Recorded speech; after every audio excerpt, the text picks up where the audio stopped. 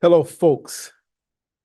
This is Eddie Carson, and you're at Race Matters. We're here to lean into the funk here at 96.3 WJOP Radio, Newburyport. And one of the topics we want to talk about today is the topic of woke. This is one of those things that I've been kind of pondering just for a little bit and wrestling with the idea of what is woke. And it's been really a term that's emerged a part of this cultural war that exists. The first time I heard the word woke was, I think it was in 2017, and a student used that word. It was interesting because I'm not quite sure the student fully grasped nor understood what the word meant, but he had heard it. And so he was kind of repeating it. Recently, I was at a conference out in Denver, Colorado, and I walked past this truck. And on the back of the truck, it stated, "Ain't woke." And part of it really kind of leaned into what I would call that toxic white male hegemony that kind of defines identity and culture in a ways that identity and culture with races really kind of, you know, expanded that notion of whiteness, maleness, right? That notion of, well, you can't be a part of an identity and be woke, that kind of created this anti-notion that has emerged as a part of the culture wars that are in existence right now. I mean, we think about the term woke, right? It's evolved from kind of this colloquialism to a cultural flashpoint, sparking intense debate over its meaning, implications, and role in society, right? What does woke mean? And I would contend that a lot of people don't know what woke really means or the purpose of it, nor do people really lean into the genesis of it. Once associated primarily with social justice awareness and in activism too, woke has become a polarizing concept that symbolizes deeper societal divisions. And we're seeing those societal divisions within the midst of this culture war that's kind of been framed as it relates to issues of identity and politics here in the 21st century.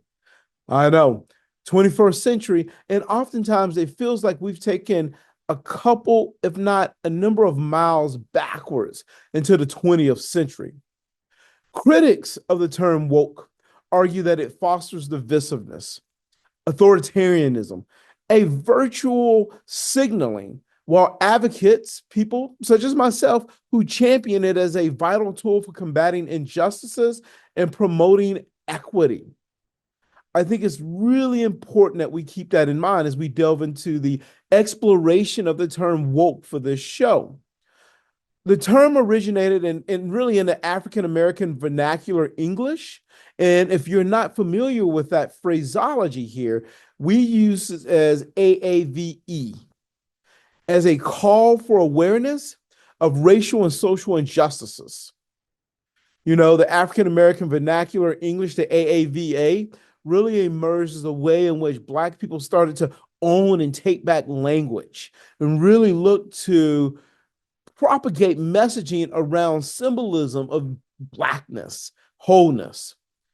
Popularized in the mid 20th century, the term woke urged individuals to stay woke, right? It's important to keep in mind. This is not a 21st century word, but it's been around for a while. Stay woke is something that's been in existence. And so when we think about how individuals urge folks to stay woke in the 20th century, part of that, of course, was a way to call out systemic oppression and inequalities that existed.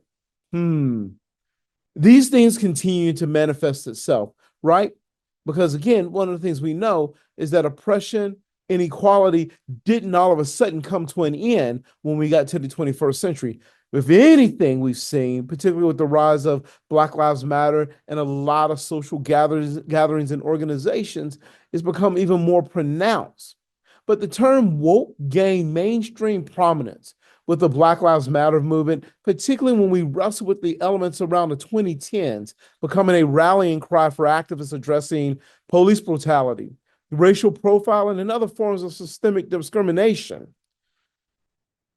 However, right, as the term became more widely adopted, its meaning expanded, and in many ways, a lot of folks will argue that the word woke has become diluted.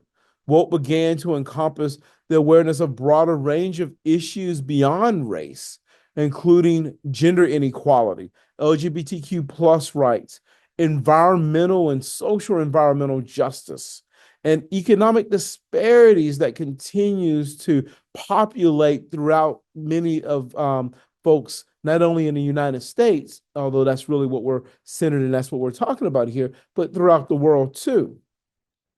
This evolution has made the term more complex. And in reality, folks, right, is that it's created this contested sense of meaning, particularly as we've entered it into the lexicon of cultural and political discourse. And that's where we're at right now. And that's really part of the issue. I suspect a lot of folks really weren't super engaged in the term woke until it became part of this mainstream, particularly mainstream conservative narrative that woke awareness of inequities, inequalities is a bad thing. Simultaneously, right, we saw that happen with the emergence of the word DEI. I have been in spaces where folks were anti DEI and yet they didn't know DEI was an acronym, didn't have any idea that the D represented diversity, the E, right, represented equity, and the I represented inclusion. They just knew it was DEI because it's something they heard on TikTok or right-wing media, Fox News, or something someone passed down in a conversation, but that was about it. There is, right? The reality is there's a lot of support for the term wokeness and this idea that we should be socially aware of the progress and the progress that has been made, but the furthering progress that's needed too. Supporters of wokeness would contend, and rightfully so, that it embodies the necessary moral and ethical consciousness that challenges systemic injustices. In their view, right? In the view of folks who support this, to be woke is to be attuned to historical and contemporary inequalities.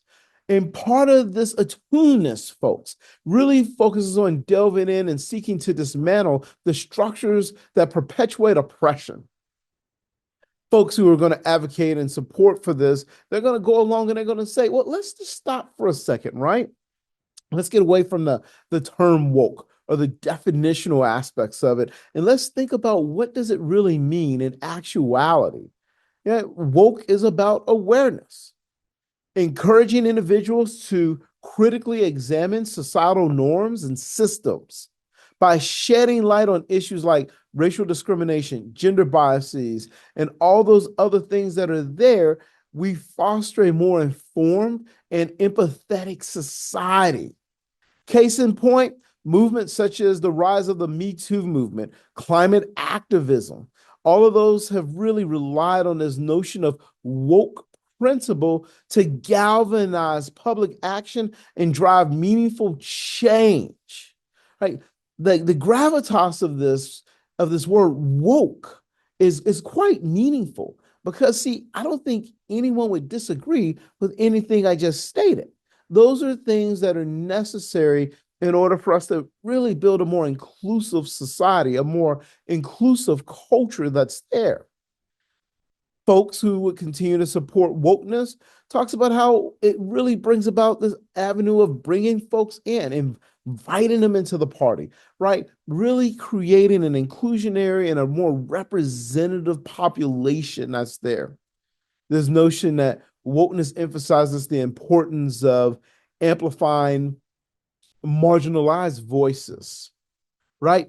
Folks who've not had that voice for a long time. And we've seen this, right? Let's keep in mind, let's go back to around the time in the late 1960s when we saw the rise of the Black Power movement, the execution of Brother King. Black people start demanding that universities, campuses, they start teaching courses, creating Afro-American studies departments that allows them to delve deeply into research to understand the gravitas of the meaning of being in existence here, right? Wokeness challenges institutions to diversify leadership. Is that really bad? Now, I don't know. It's interesting because you may have heard that organizations like the Tractor Supply Company, whatever they're called, I used to go there and get some things, no longer going by there anymore. Walmart, Harley Davidson, all of these places, or maybe I think even Starbucks, right, are starting to move away from thinking about DEI and DEI leadership.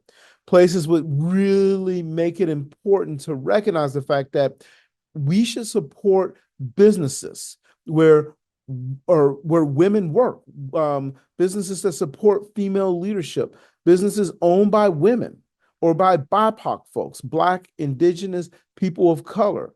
We should really create vendors and ask them, are you making any kind of effort to be more representative of societal diversity? To be aware, woke, right? To be aware of the injustices that are there. After the death of George Floyd, we really leaned into that funk. Folks were excited. White liberals were all over this. And yet, as this has become a part of the cultural war, we have seen the remnants of capitalism and the drive for bottom lineness. And that is, it's not cool to think about social justice work. That is not a reality that's there, right? This push for inclusion has led to some success, some progress. We could say that because there's still a number of organizations that are doing great things. But such great representation in politics and corporate leadership and entertainment, in some ways, is kind of taking a back seat to the progress that's needed. And a lot of this stuff, too, really boils down to how do we create reform efforts that are there. Awareness is a precursor to action. To be aware is one thing, but to be aware and to drive the changes is another thing. I mean, and that's what people are doing, right? This conference I was at, the whole idea was to spotlight problems in schools and curricula, for example, hiring policies, all of the things that we've seen a huge pushback on in the past year. Affirmative action being one of those that comes to mind too. But yet we can also see the weightiness of the fact that wokeness has become kind of the catch-all phrase that no one understands. Even the individual who wrote "ain't woke" on the back of his pickup truck. And again, that's another conversation for another time when we think about white male identity developments that are here. And some of those white male identity patterns are really shaped around these systemic elements that really kind of lends itself to some of those challenges around elements of race. And then, of course, we get into, again, the furthering of the criticism of wokeness, right? Some people would say that wokeness is only driven by this idea that it causes divisiveness. You know what? And I'm biased here, and I'm going to go ahead and I'm going to own that. And I struggle with the fact that critics contend that the concept has strayed in many ways from its original intent. And this is both Black and brown folks who've leaned into this effort, along with white folks too, as I've mentioned before. Some folks would say wokeness brings about censorship and here's a word that drives me crazy: cancel culture, right? And I'm not a fan of cancel culture, and I will say, and I'm not a fan of the phrase cancel culture, but I don't support censorship. I'm an academic, and censorship can be problematic. That being said, I would never invoke nor do anything that brings about damage and harm to my students on my campus. That is another conversation. We think about some of these critics with censorship and cancel culture, right? Really kind of the same thing. They associate the word wokeness with this culture of canceling things where individuals and institutions face backlash for expressing dissenting opinions. I got to tell you, I don't see anything positive coming about in which organizations claim that I wish we could go back in time, back when America was great in the 1950s. That's when social progress was good. But yet we know that's kind of that whole dog whistling signaling to white supremacist beliefs that are there. The phenomenon of cancel culture, wherein public figures or entities are ostracized for perceived transgressions, has been cited as an example of wokeness taken to the extreme. You know, opponents would contend that this stifles free speech and fosters a climate of fear rather than constructive dialogue.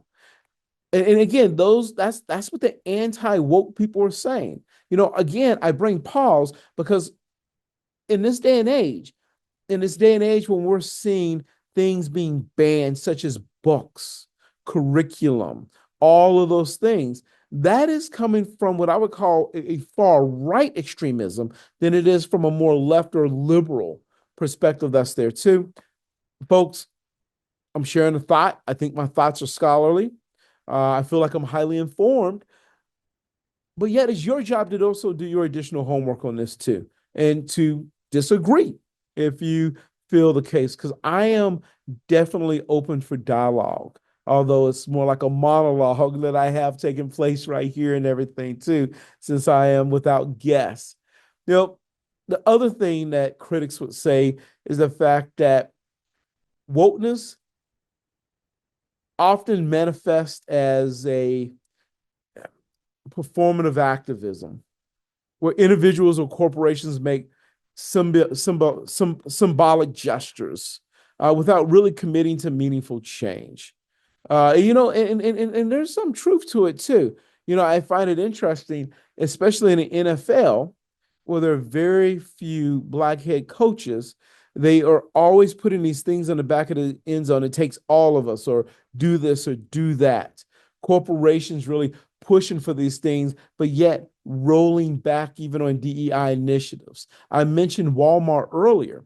And one of the things about Walmart in its own framing is that they believe that they want to be more inclusive, so they don't want DEI, because DEI is really a part of wokeness.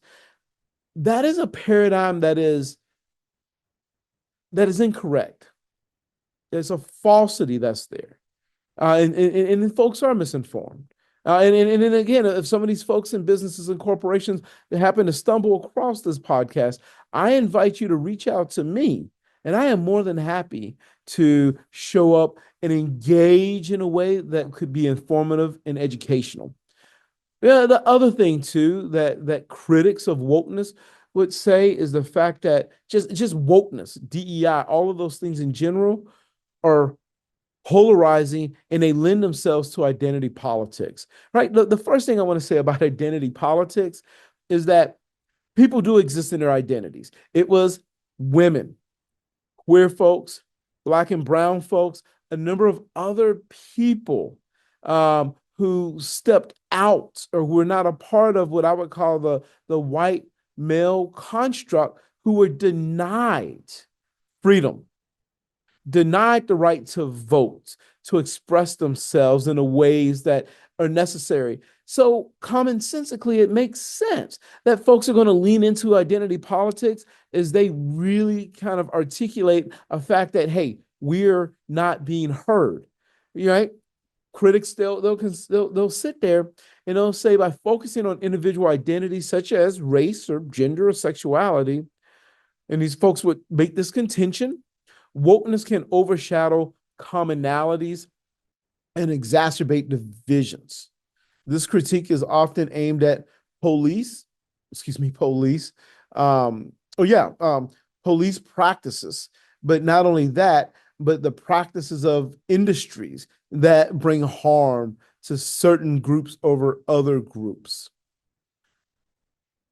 You know, we think about wokeness and we think about the role of wokeness. I think wokeness, which is awareness, is serving a part of what I would call political and cultural discourse. The debate over this term wokeness has become a central feature of many obstacles, particularly because we're just coming off of the 2024 political election here in the United States, in this framing that the soul of the United States and particularly Western democracies are in crisis, because now what has manifested and taken place is the fact that the masses who for a long time, thinking about Richard Hofstadter, the longtime frame historian, have reached and they have ascended in a way where they want this kind of voice that they've been denied going back to the days of the framers constructing the Constitution.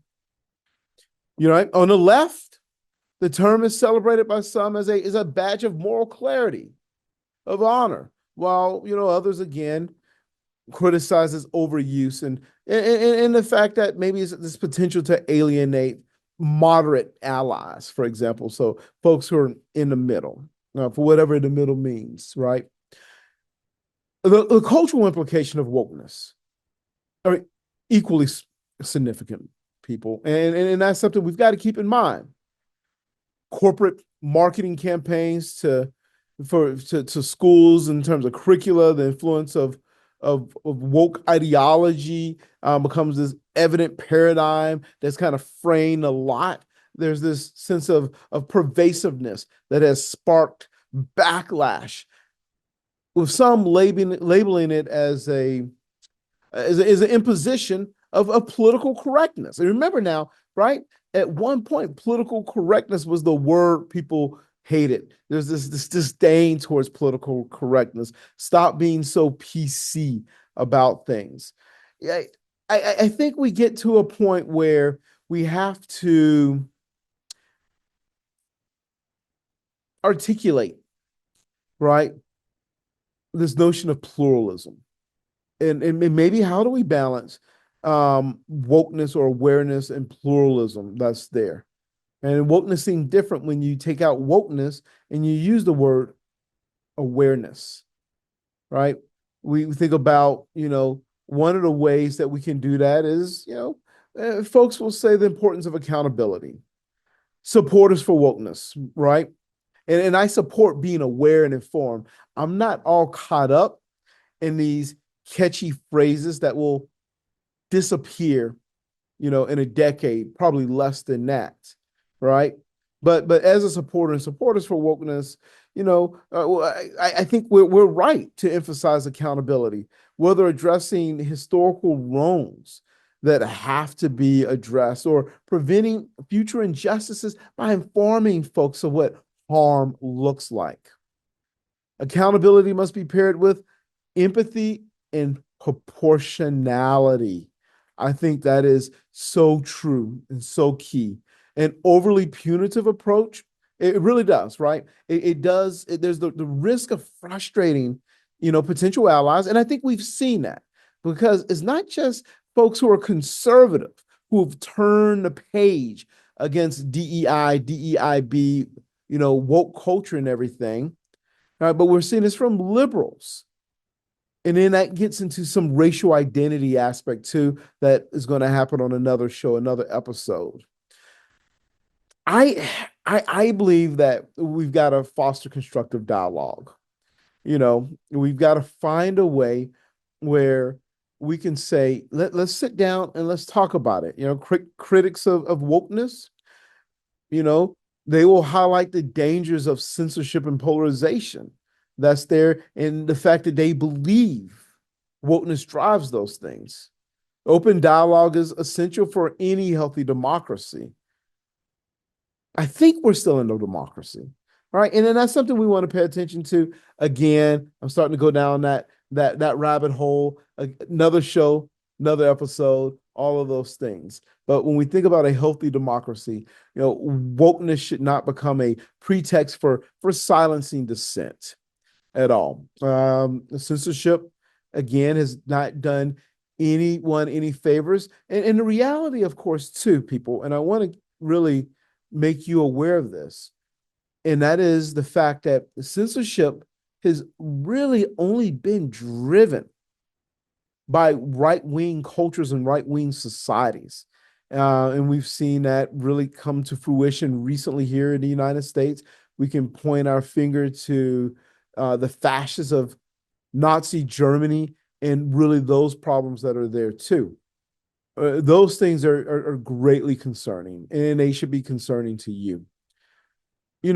As we think and lean into this term woke, you know, the word woke is become so fraught with conflicting meanings, right? Because no one really knows what the word means. Although I've just spent a little bit of time defining it, I challenge you the next time you engage in a conversation with someone and they say, you know what? I don't like woke. Ask them, what does woke mean? And if they have a basic definition, they say, oh, it's just being aware. Why is being aware of conditions and challenges for people problematic? I mean, isn't that part of our humanity? Isn't that part of living in a just in a civil society? Right? That's what I see. But we don't want labels to get in the way of any type of progress.